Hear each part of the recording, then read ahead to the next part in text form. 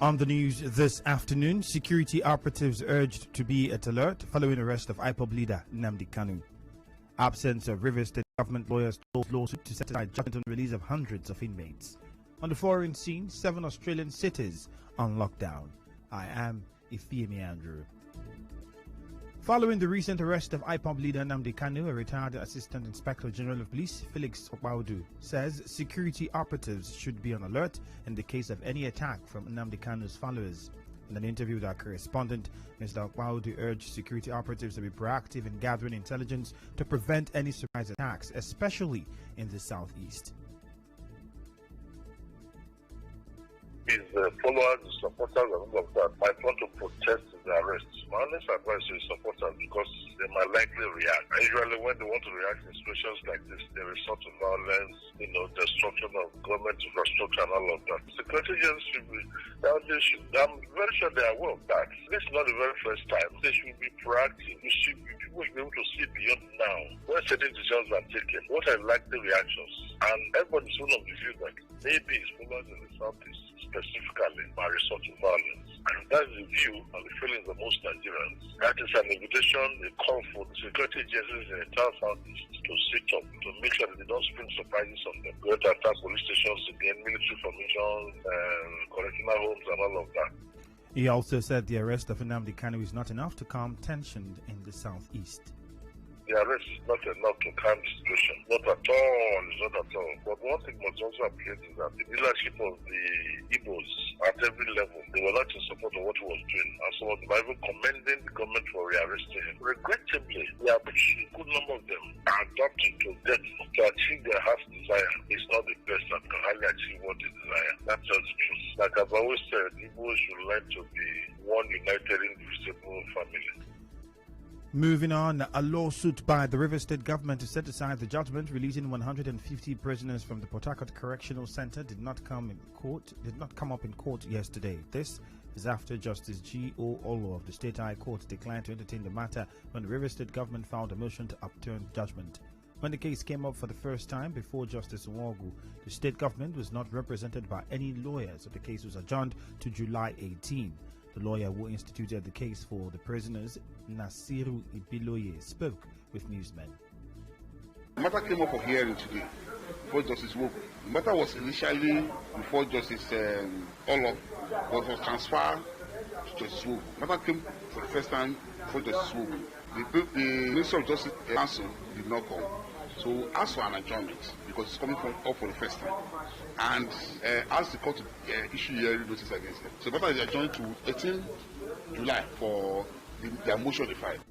Correspondent Sobio Ruwari reports that in December 2020, the High Court presided over by Justice Olo delivered judgment releasing 150 inmates after they spent more than 8 to 9 years without appearing in court since they were remanded.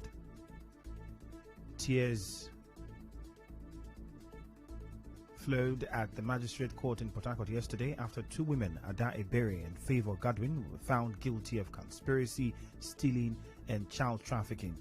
Dressed in the green prison uniform, the women fell on the floor wailing after the court sentenced Mr. Ebere to 10 years imprisonment and Ms. Godwin 15 years in prison. The women were arraigned for stealing and trafficking 4-year-old Owana Emmanuel in Igbo-Ichie in 2018. Chief Magistrate Felicitas Amanze, while delivering judgment, said Ada Ebere will serve her imprisonment with hard labor, but acquitted and discharged Kodirichi Nwako for showing remorse throughout the trial.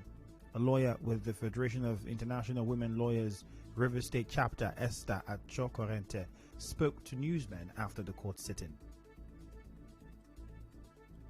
The third defendant is guilty of buying the child, because from what the court read, it is the family business. She denied the fact that she bought the child until her brother, who was also involved in the business, was caught and arrested, and that was when they released the child. The mother also, according to the second defendant, has been in prison for same business of buying and selling, and that was where the second defendant met the mother of the third defendant, who now.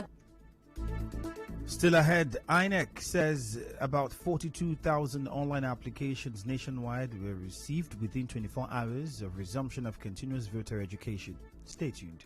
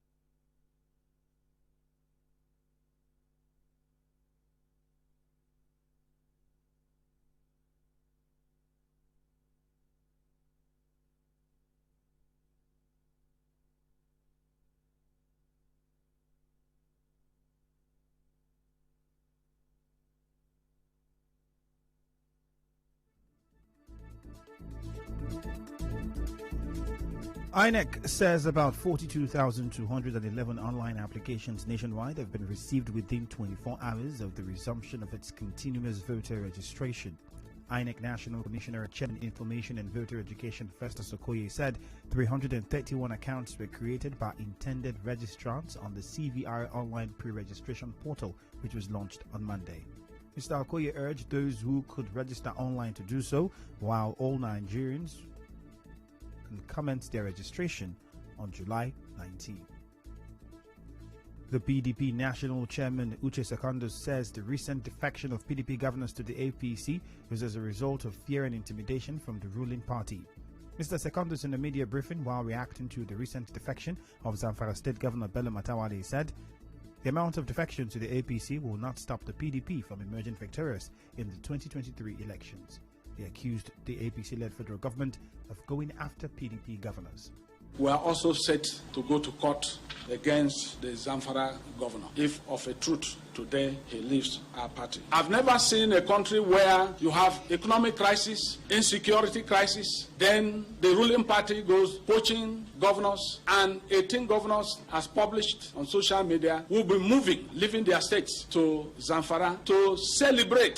It's a shame that a governor, and in fact all the governors that left, for fear they were intimidated by the instrument of government of APC, they are going after our governors.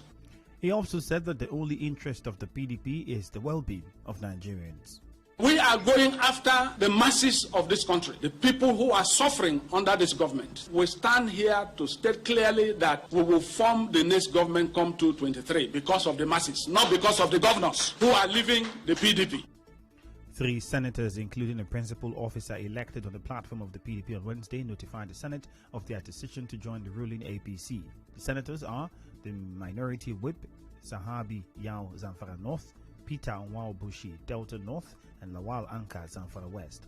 The lawmakers made their decision to dump PDP for APC known in separate letters read on the floor of the Red Chamber by Senate President Ahmed Lawan during plenary.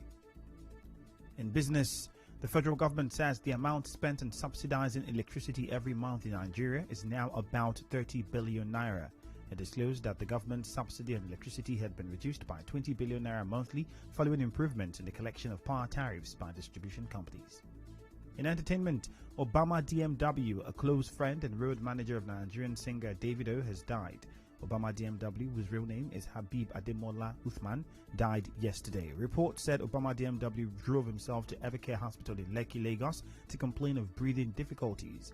He was admitted at the hospital and unfortunately died a few hours later.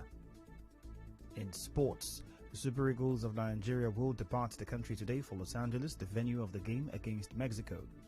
The team, led by Nigeria Football Federation's technical director Augustine Eguavoin, with support from former under-20 national team coach Paul Aibogun, have been preparing for the encounter in Abuja in the last 6 days.